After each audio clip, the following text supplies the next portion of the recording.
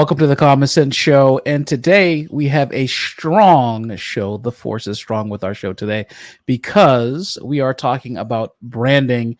And I have a brand expert that is going to be talking to you today about how you can create an effective brand message, why brand messaging is important, and how you can get more people to actually watch and interact with the content that you put out there. Um, Mike Vanelli is the director, the creative director with Envy Creative. He's led a production team to film commercials for online and TV ads. He's produced over 4,000 videos to date for hundreds of clients that include massive brands like McDonald's, Warner Brothers, USAA, Costco, and more. He spent over 10 years in the film and TV industry, and he's here today to talk about creative branding. So without further ado, we're going to welcome Mike to the show. Mike, welcome to the Common Sense Show. Happy to be here. Awesome. So tell us a little bit about your journey when it comes to branding, how you even got into it, and why it is that it essentially stuck with you as a career path, and was it something that you've always been into? Give us the rundown. Sure. So yeah, I actually used to do music videos. That's kind of where I started. I've always been into film, and that's kind of what I wanted to do career wise. And so starting out, I wanted to do something that I would actually get paid to do, and music videos was kind of like at the time it was like a low barrier to entry for me. I had some buddies that were already in the music industry, and so they kind of brought me in. I kind of moved up in the ranks with the music industry, so when I stopped doing music videos, I was doing some videos for like 3 6 Mafia and Wiz Khalifa and guys like that.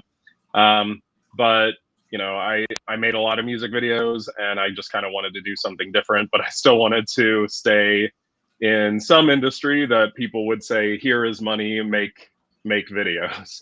So, commercials was kind of the thing that made sense to do that. So yeah, I kind of had to start over from the bottom, and just did some kind of local ads for free. That was when like the App Store was really starting to take off, and so I started doing some app videos. And then just kept on doing it, and I realized that it's somewhere where I could be really creative because it's something different every single time. And even that's something I have to tell clients, where they come to me and say, "Hey, I have a hourglass clock. Have you ever done a video or a commercial for that?" And then I say, well, we've done thousands of commercials, and I haven't done one for that, but we make all our content custom. So even if we haven't done one for your specific product before, doesn't mean we can't do it. So your brand is to get people to trust your ability to see their brand and then take it to the next level. Yeah, correct. Yeah, we tell clients they can be as involved as they want. We have the full range of spectrum for clients, so they come to us saying, "Hey, we have the script already, we have the concept, we have everything we need. We just need somebody to produce it." And then we have clients on the other end that say, "This is my product. I have no idea what I need.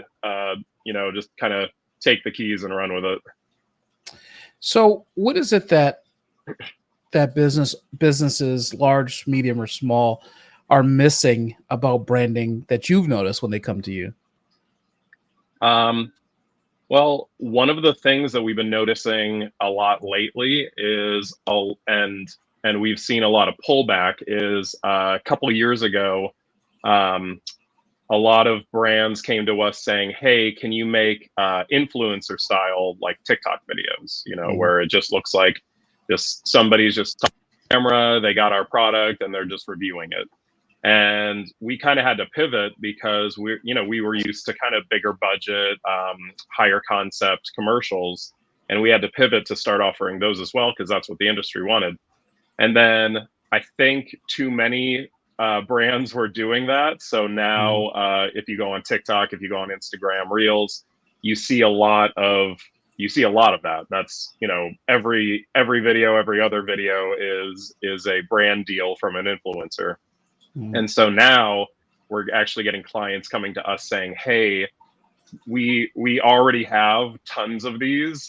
You know, we got 200 of these made in the past couple of years. We don't need any more of these. We need an actual, you know, professionally made commercial, because that's, you know, that's you know, we don't have that, and our influencer things aren't converting anymore because I think too many people are watching it." So recently, yeah, we've been, you know, consulting with clients saying, yeah, you know, this was our bread and butter all along. So so yeah, we can definitely help you make a you know, a non DIY looking ad. And there were times when you want to make a DIY looking ad, right? Depending on the client, depending on the product or service. Yeah. I mean, there are, you know, we still make the you know, the UGC, user generated content style videos. We still make those.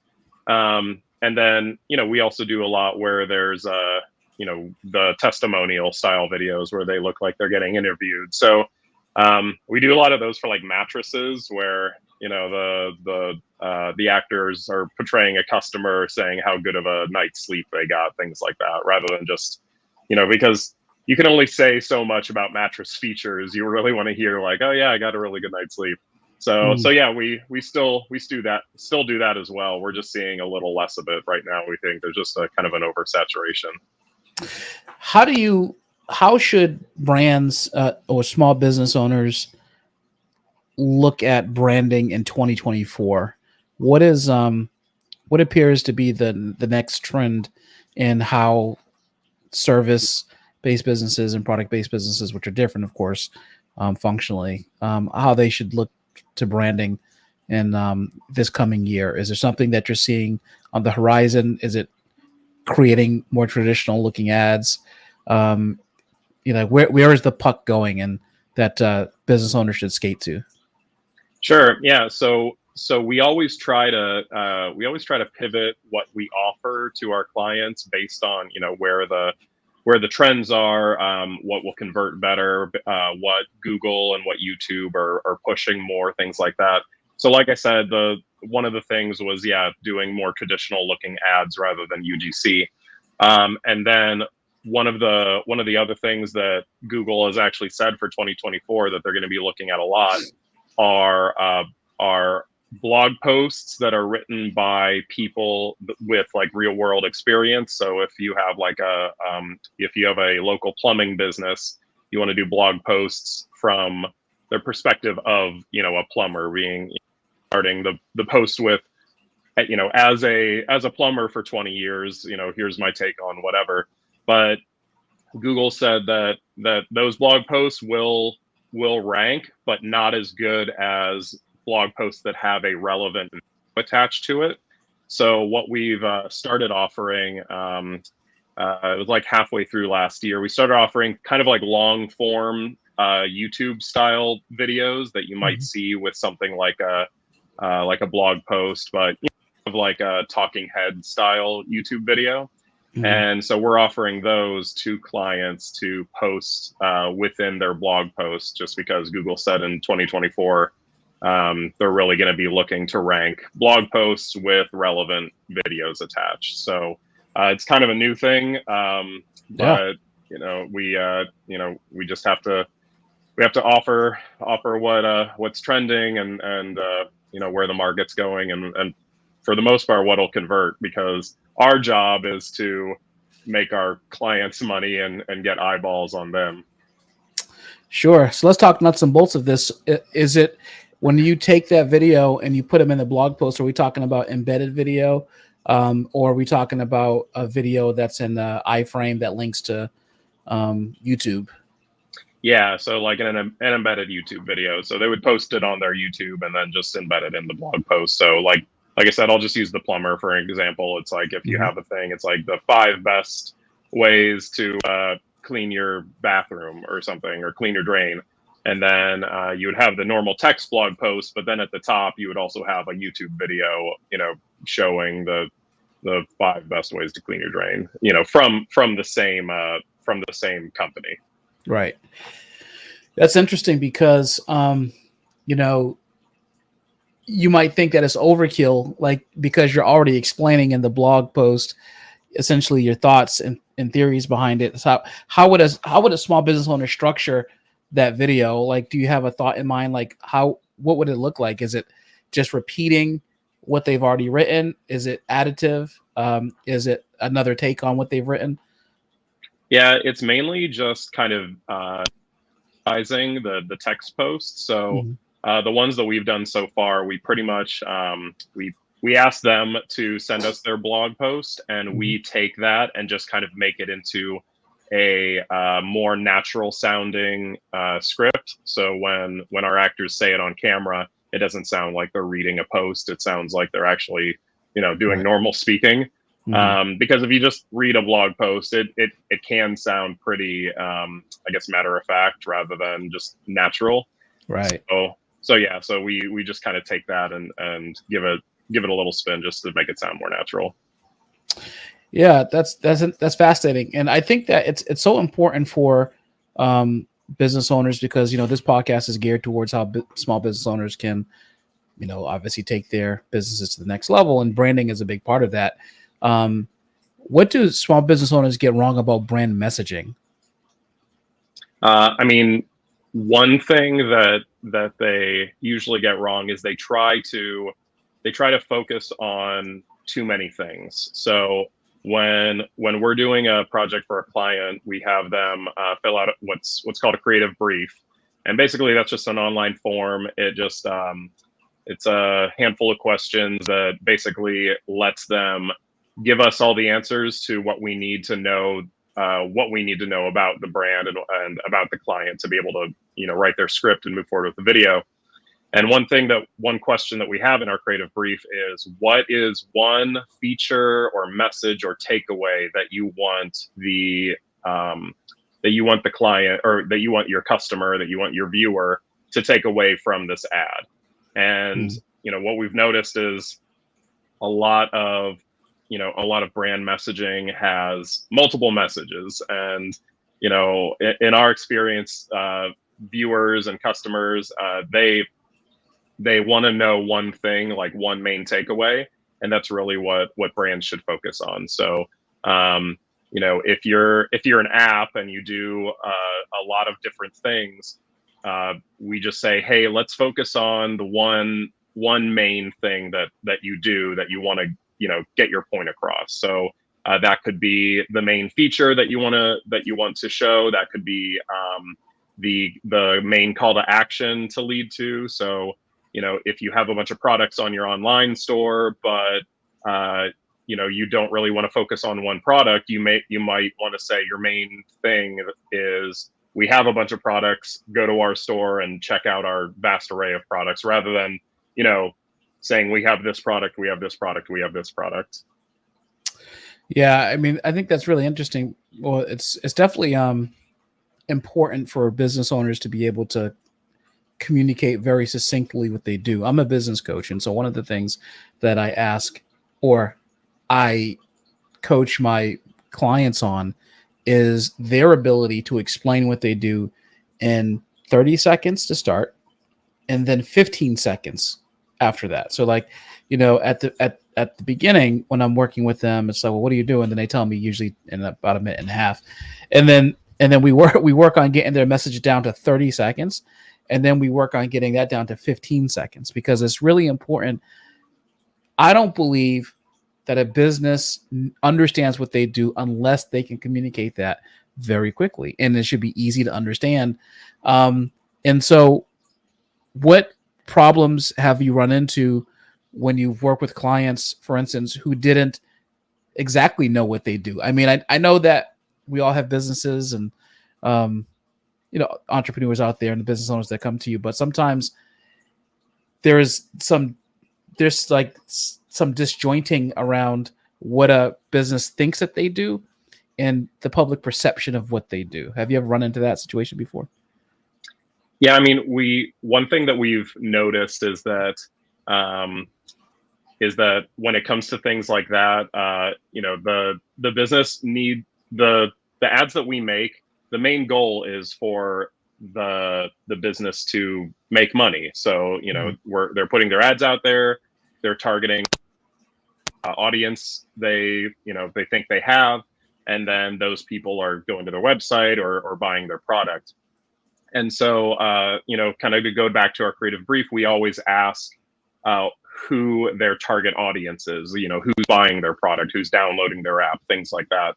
And one of the things that we kind of tell them is if you have too many messages within one video or one ad, you may be segregating some of those basically you may be segregating some of the target audience for a certain thing. So just kind of going back to like an app, you might have two different features, and one geared, so let's say like a I don't know, like a family planner app. You might have one feature that's geared towards moms that want to be the planner of the family. They're the ones that fill out the calendar. Then you might have another feature for the dad that does the grocery shopping, and there's like a grocery list on there or something.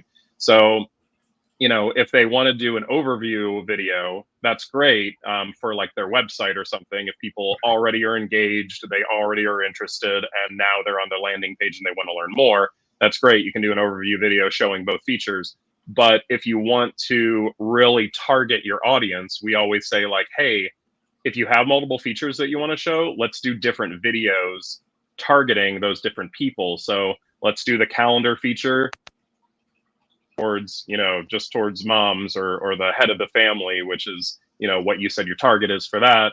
And if you're doing just the shopping feature or the grocery list feature, let's just target the people who do the grocery shopping, things like that, rather than putting one video out there and then some people who you thought might be interested are going to fall off because they say, oh, this isn't relevant to me. So it's better just to do very targeted ads rather than a broad one. And you can keep the broad one for when they're already converted, they've already clicked, they're already interested. Yeah, and large companies have this down. I mean, you see it in how they're, or at least the folks that they hire have it down. Like you see it in their messaging, right? You have no one can forget the lunk alarm at Planet Fitness. It was very clear. I pick things up, I put them down. They're making a statement there. It's very clear when you look at a McDonald's commercial, especially the ones from like the 90s, very family oriented, very child oriented. They had Ronald McDonald Clown and Grimace coming out and talking to the kids, and it was all very specific to what they wanted to push, either a product of theirs specifically or a launch of a different style of restaurant with the playpen or the playground that they had with the balls and stuff. And I think you're right. I think that sometimes small business owners look at the amount that they're spending on creating this specific video, and then they associate the amount that they're spending with that if they don't say it all, people aren't gonna understand Exactly. who they are and what they do. And how do you get them over that hump to understand that, okay, putting out a video videos is like a long game versus just, you're going to see this return, 100 extra money right away. Yeah, I mean, one of the things that we do is we don't like shut down the overview video where they pack in as much information as possible, because if that's what they want, then that's what they want, and no matter how much I say isn't going to change their mind. So what Right. we do is we give them some offers that just give them even more content. So if they say, I want this video showing these three features because these are our main features, then we say, well, like, let's do that, but when we write the script, let's structure it in a way where we can also cut that video into three separate videos as well. So you're going to walk away with 4 different videos, 1 overview, but then 3 very targeted videos. And the way we normally do that is we normally structure the script in a way where we can film the entire main video, but then we just film like an additional 3 separate hooks. So like the intro to the standalone videos, so that so it doesn't look weird, it doesn't sound weird. It seems like we made that video just for that specific feature. So that's usually the way we work around it. You know, sometimes people say, yeah, that sounds great. Sometimes people say that's, you know, maybe we can do that further down the line with this video, but we always have to warn them like, okay, but you know, when we do it with the main video, we specifically make the script in a way where it can be organically cut up rather than, you know, cutting it down the line where it may look like it was just a cut up video. Yeah. Yeah, that makes sense. Personal branding for business owners has never been more important. It used to be, I think, even like 10 years ago, where you know, for smaller businesses, who the owner of the business was, and their presence online wasn't necessary, and in some cases, depending on the business, it's still not. But how can a business owner who like, for instance, I'm a business coach, so obviously personal branding for what I do is really important. People want to understand, they need to know, like, and trust the business coach before they decide to work with him or her. What suggestions do you have for an individual who's looking to increase their appeal with personal branding? Are there certain types of video that are working well, like on social media, that you've noticed? Reels, TikToks, like what's a good strategy for a business owner who hates social media but needs to recognize that they need to do this to get started? So yeah, so kind of circling back to the thing with the blog posts, you know, that's probably the biggest and easiest way right now, because you know, they don't actually have to be on camera, but they can still write from their perspective. So, you know, just kind of going back to the plumber example, you know, if John owns a plumbing company, then, you know, all the blog posts could be written by John and saying like, as the owner and, you know, operator of John's Plumbing and blah blah blah. So so when Google is scraping you know, their website, they're not only seeing that that, you know, the plumbing website has good information, but it's also coming from, you know, a seasoned you know, plumber that has been in the field and that has experience, rather than just kind of like what blog posts, I guess, used to do, where they kind of just like throw in, it's just kind of informational. It's not from personal experience. All right. If they want to kind of have a little more of a face, we do always recommend just taking like behind the scenes photos or, you know, client, you know, pictures with clients, you know, with happy clients, and posting those on their Instagram, things like that. The very last resort for business owners would be to do video, I would say, because we do have clients that say, hey, you know, I know you have actors, but could you get real people to be in your video, not actors?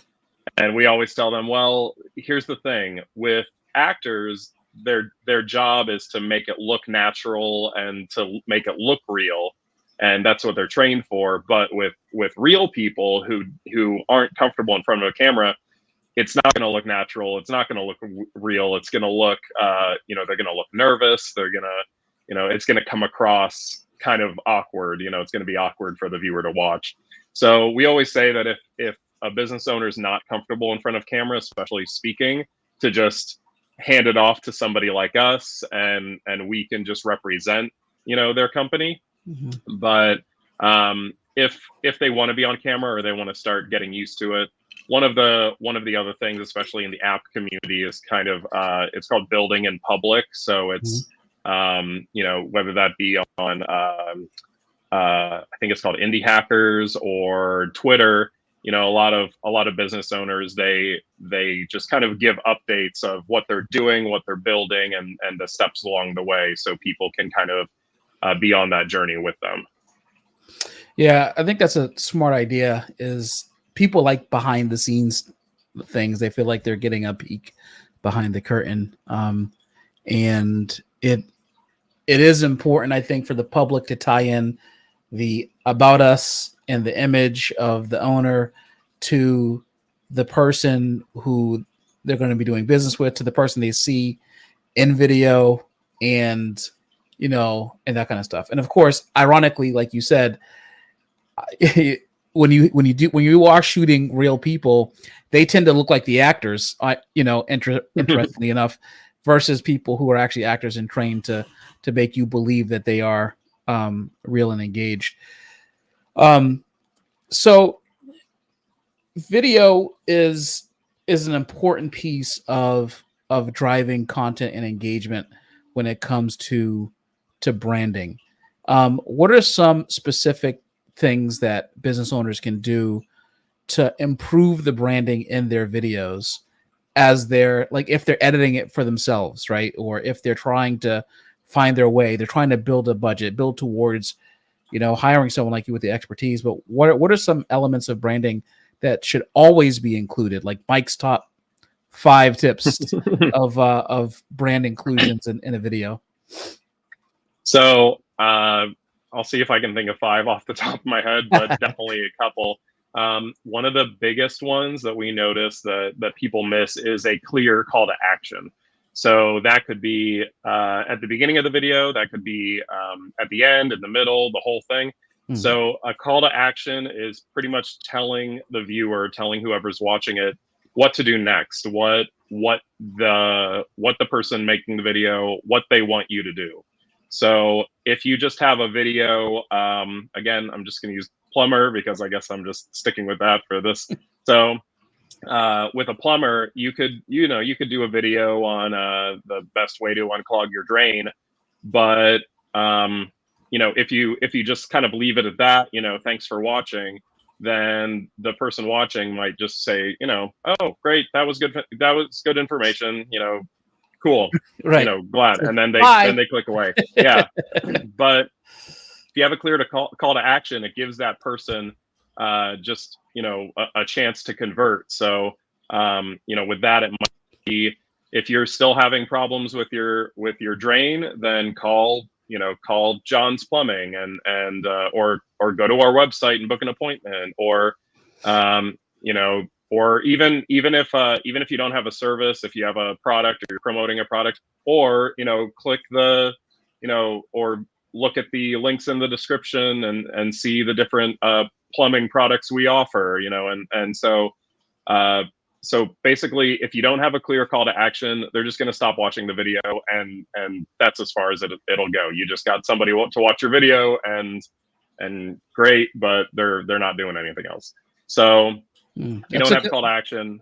Yeah, that's a good one. Before you go on to the next one, I just want to comment on that. It's such low hanging fruit to just tell the person what to do, and I'm not exactly sure why. I mean, I've worked with quite a few business owners, and I'm not exactly sure why people forget to tell them to call them, because that's the point, anyways, of the whole thing. But for where I sent, I think maybe it's because they just naturally assume people will take action after hearing the information, and that's a compelling enough reason for them not to really say it. Well, I gave them my expertise. They should be able to understand that I want them to call because I'm talking to them. But interactions in a face-to-face conversation versus like a video versus a blog are different. And people don't know the difference between you just providing information and what the logical next steps are. Yeah, exactly. And we tell this to clients, and they say, well, we don't want to seem pushy. And, I'm like, well, you also run a business. So sales is 100% of your business. And so if you don't ask, you don't have the open sign on your door, people aren't going to know to walk in, sort of thing. And that's kind of like YouTube, YouTube corporate, whatever, they said specifically that they found that even though it's really overused on YouTube, when people have the little subscribe banner at the bottom, the lower third, or specifically when somebody on YouTube says, hey, make sure to like, comment, subscribe, videos that have that typically get more subscriptions and more interaction than those that don't. And it's just people think they don't want to be told what to do, but they do want to be told what to do. All right, what's your next tip? Let's see. Yeah, probably I'm just going to do Mike's top 2 tips today. So, so the other tip is, we do get a lot of clients that say, well, I would say like 90% of the videos we produce are humorous, either just funny outright or professional with some humor built in. And we do have clients that say, no, we don't want it funny, we just want it serious, like we have a serious thing. And if they have an actual serious product, so we did one for diabetes socks, where they wanted an actual actor that had diabetes to come in and talk about the socks and things like that. When it comes to that, we do agree that if they want a serious approach, that might be the better option, because some things aren't like a laughing matter, right? But for the most part, we just tell them that comedy converts better. People are normally online when they're watching videos, they want to be entertained.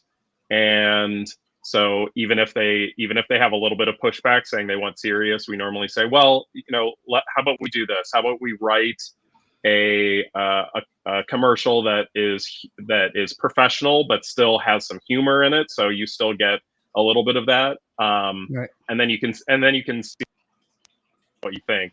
And more times than not, they say, oh yeah, that was actually really good, it had just the right amount of humor, things like that. But we always say, kind of, the funnier the better. The funnier videos always convert more, they're always shared more, they're always talked about more. And so so that's kind of like the big tip is, even if you like I was saying earlier, with the hourglass clock, it's just a clock that does that and it has sand in it, things like that.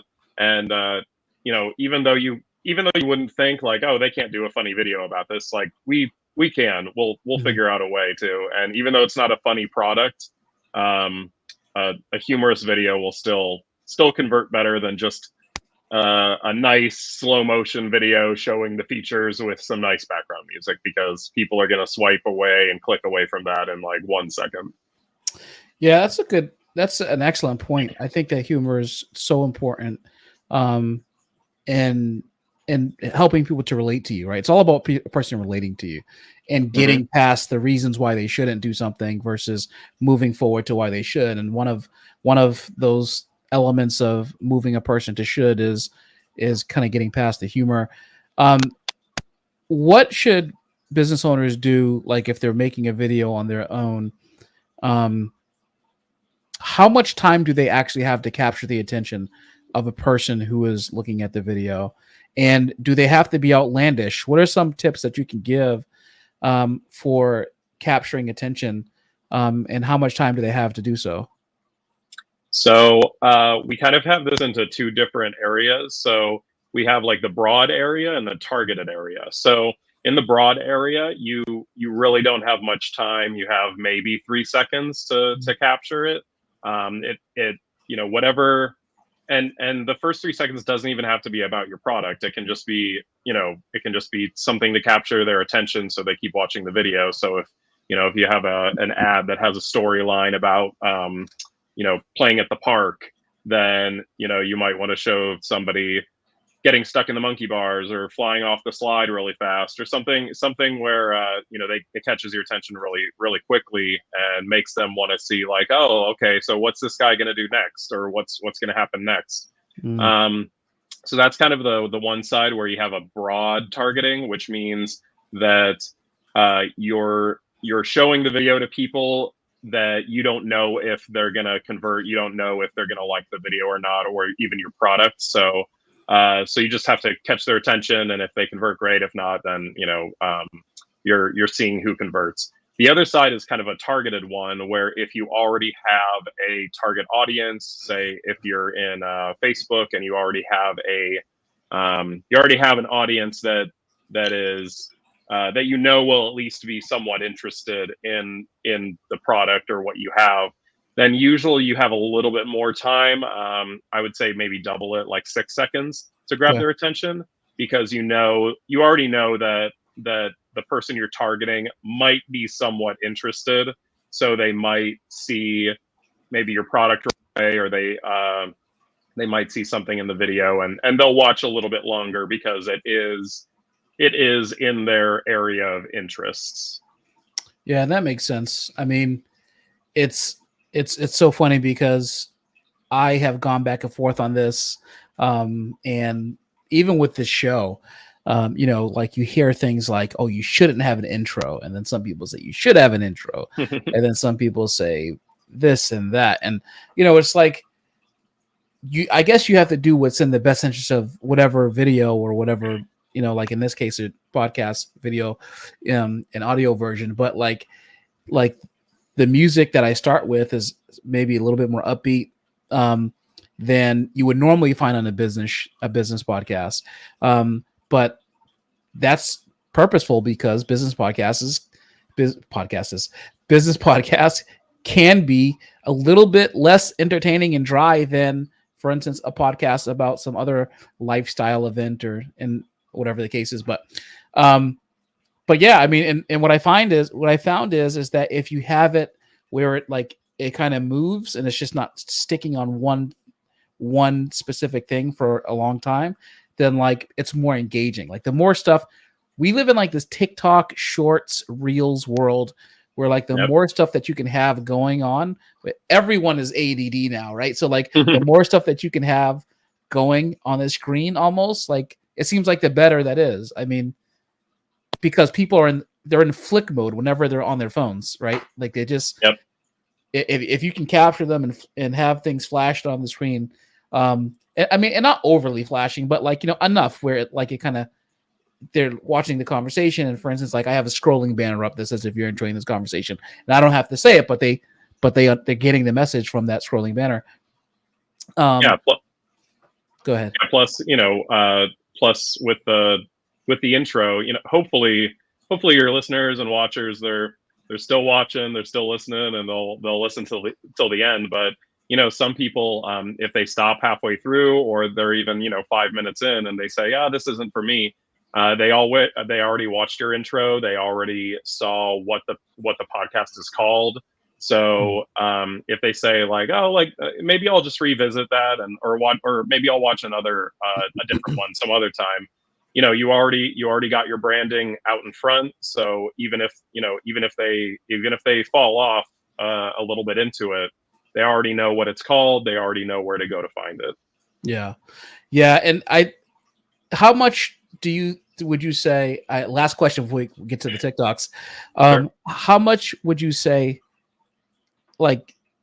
testing and creating and inventing and just trying, I don't want to use the word throwing things against the wall because that seems like it's not by design, but how much of creating and trying things is a part of actually moving the needle and getting people to engage with your content? I mean, you kind of have a couple of schools of thought there. So we do have clients that come to us saying, "Hey, we got the the young kid at our company to make us some TikToks, and they're not really converting that well, and so could you guys help us out?" Or "Hey, we got my son-in-law to make us a video, and it's not that great." So kind of the one school of thought is, you know, not just because I'm pitching Envy Creative, but also just, from our experience, we have experience in what works and what doesn't in advertising. And so, uh, you know, you can definitely try it yourself, but if you don't want to waste a lot of time, and let's be honest, in business and small business, time is money, then you can definitely just get professionals to do it pretty 100% right away, rather than just trying to DIY it. And when it comes to advertising marketing, sometimes doing the DIY method can backfire because it can make you look unprofessional. But then on the flip side, we have clients that come to us and say, hey, can you make us a viral video? And we say we will do our best to make it an engaging, well converting video, but it's not up to us whether a video goes viral or not. So Right. we will try to do the best we can, but it's up to the viewership of the world to decide whether it goes viral. And things can go viral for a reason, but they can also go viral for no reason. So you do have people that do DIY, and yeah, their stuff goes viral, but you got to take that with a grain of salt, because that's a very small minority of people that are able to achieve that. And normally it's like a one-off. So it goes viral, and then it drops off pretty quickly. Yeah, I noticed that. Like, someone will have like a viral video, then they'll try to replicate that and do the same thing, but it's over now. Like, at that point, people are no longer interested. They've already seen it. That's why creating is so important.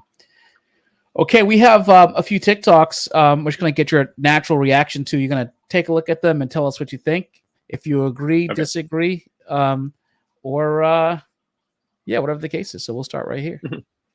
Stop naming your brand using these methods. There are 4 of the worst brand naming styles out there. 1, this and that. These are things like Cobble and Crow, Heart and Soul, Scissor and Snip. Might seem cute, but really, what are we saying here? You can put 2 seemingly associated but nearly obscure words together. It's not cute. It's annoying. 2, the what you do method. Things like Chinese restaurant, tires, and more. This is the equivalent of the restaurant in Seinfeld being called restaurant. That's the only time it was funny. Really, it's forgettable and gives no one any indication of why you would want to choose you over somebody else in your same industry. Like, how do I know which China nail is which? 3, location or your address. These would be things like off Broadway, off Main, Arizona Tile, 1492, originality at its finest. Your identity hinging on your geographical location. Cool. You already have an address, and it's boring. 4, removing the vowels. I definitely connect with pixel or termer or burned. This is the laziest of the bunch. You couldn't trademark a name that already 20 other people had, so instead of doing the work, you just removed a few letters and called it a day. You can see what you're doing, and it's dumb.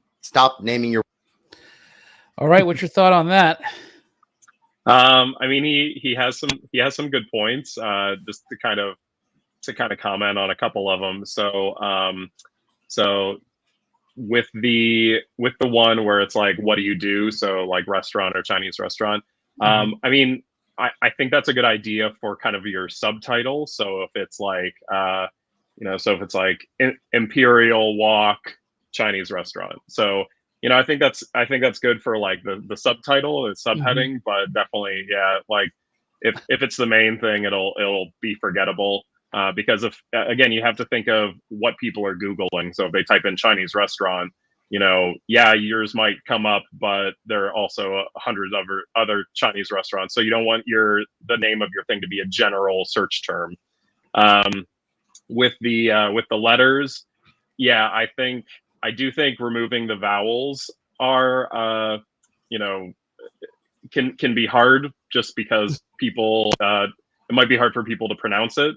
But removing non-vowel letters sometimes works, as long as it flows. So for instance, like Canva, they just removed the S at the end of canvas, and it still works because people can pronounce it. But yeah, people get too tied to trying to be cool with that. With the this and that, I actually don't mind that. I mean, sometimes it's like people's names, sometimes you know, it's like ingredients for stuff they have. So I don't mind that so much. And then with where they're located, I think a couple famous businesses did that. Like in New York, there's like, it's like one of the best restaurants in the world. Their name is something like that, where it's like their address or whatever. And so I think a couple people did that, and then I think people just started copying it. So I guess if you already had that like 20 years ago, then great, but probably shouldn't start now. All right, awesome. Time to go to the next one. Okay. Let's find out if you need a rebrand. Rebranding isn't always visual, so before you throw yourself into getting a new logo, new colors, new social media presence, let's make sure that you're not dealing with a non-visual rebrand. What does that look like? Here's one issue that a lot of brands are dealing with that has nothing to do with your logo and your visual identity. Your brand is not sufficiently differentiated from your competition. And here's how you can fix that. Create a simple chart of your top competitors with the following criteria. Follow for more brand strategy and tell me in the comments who you're. All right, what do you think about that one?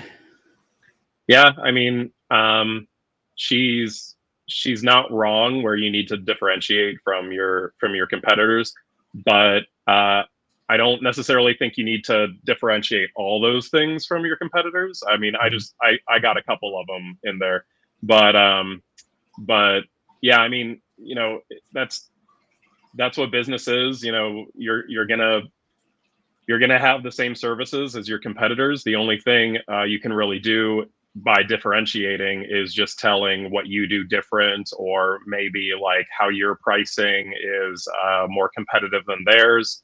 You know, like one thing we do at NMV Creative is, you know, we do have competitors. We're in the Los Angeles area, so lots and lots of production companies. Right. And so, you know, one of our main focal points is we just say, you know, we've made over 4,000 ads. And so with that experience, we pretty much know exactly how much things cost. Yeah. So we even have an upfront pricing sheet on our website that, you know, people don't have to do a Zoom call. People don't have to, you know, email back and forth. Like we pretty much know how much things should cost based on, you know, what 90% of our clientele, you know, end up ordering. So they can just go there, they can place an order for a video, later they get the video, and, you know, we talk with them during, but you know, whereas we just say with our competitors, you know, you have to hop on a Zoom call and you have to email back and forth and get a custom pricing, things like that. So it's mainly just how do you differentiate from your competitors rather than, you know, rather than doing a completely new thing. Yeah. Yeah, that makes sense. All right, last one. Here we go. Hi, my name is Chris, and I'm the founder of Exos Multimedia. Let's talk about branding. First, I'm going to ask you a question. Would you imagine now McDonald's is a dishwashing liquid, or let's say Jollibee as a fitness gym, or Gucci as an appliance, or finally, siguro, Baygon as a refreshing drink? I'll let you simmer on that. Imagine in your 5, 4, 3, 2, 1. Di nyo ma-imagine, di ba? And that's how a good branding is. Watch out for part 2. Okay. Did you get all that?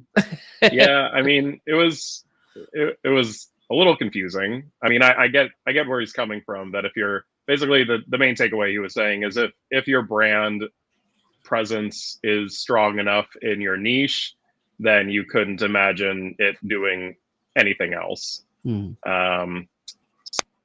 I mean, you know, brands do that. I mean, they you know, if you're strong enough in your niche, yeah, like they'll correlate McDonald's with fast food hamburgers, things like that. But you know, you also have to remember that sometimes brands use that as a jumping off point where, you know, their brand is really recognizable for one thing. And if they want to try something else that's like semi in their niche, then, you know, they already have the brand recognition. Like, you know, Tesla was known for their cars, and then they wanted to also move into solar, and they're already correlated with electricity and things like that. So so it wasn't like a huge pivot, but it was still, it's a house, electrical, utility versus versus their cars. And they market it, you can charge your car with our solar type thing, but it's still two completely different industries. So yeah. So like the ability to have product line extension into other areas, but I think to your point, like true branding allows a person to kind of see even those product line extensions or other verticals that you're adding on that may not be directly correlated to your main product or service. It should still be in the sphere, right? Because you think about Tesla, and the first thing that comes to mind, is the car. But now you just think of them as a company that does electrical, that is a leader in electrical provisions that also couples technology with what they do. And so they've been able to extend their brand beyond the car, as you mentioned, to solar, but also to other aspects. If they were to come out with something else that was electrical, like a locomotive, like it would just make sense, right? Because they were in transportation, or the first electric plane, if that was something that they wanted to do. It's like it really does, having a brand that is flexible and allows you to be able to actually pivot in ways that may not necessarily be expected, but may be obvious once a person sees what the pivot is. It really does show the strength of the brand that you have. Right. So, Mike, how can people get in contact with you if they're interested in working with you? So the main way is just to visit our website. So it's thinkenvy.com, like THINKENVY.com. And that leads to contacting us. That leads to all our socials. So pretty much everything's on there. Awesome. And so the link to your website will be in the description to our chat today, both the audio version if you're listening on your favorite podcast platform, or on YouTube if you're watching as well. Mike, thank you so much for your time today. Thank you for coming on the Common Sense Show. Thanks for having me. No problem. So listen, like Mike said, here's a call to action. If you enjoyed our conversation, make sure you like and subscribe. Also, if you are interested in meeting with me, I am doing consultations, business consultations.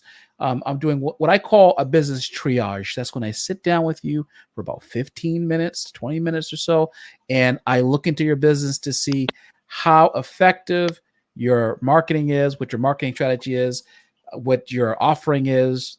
I look at your branding. I look at your KPIs to see if you have KPIs that are measuring everything you're doing.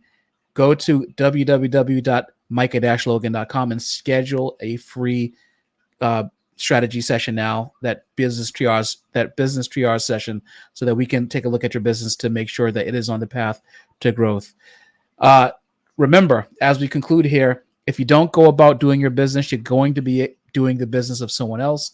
Until next time, he's Mike, I'm Micah, and we're out of here.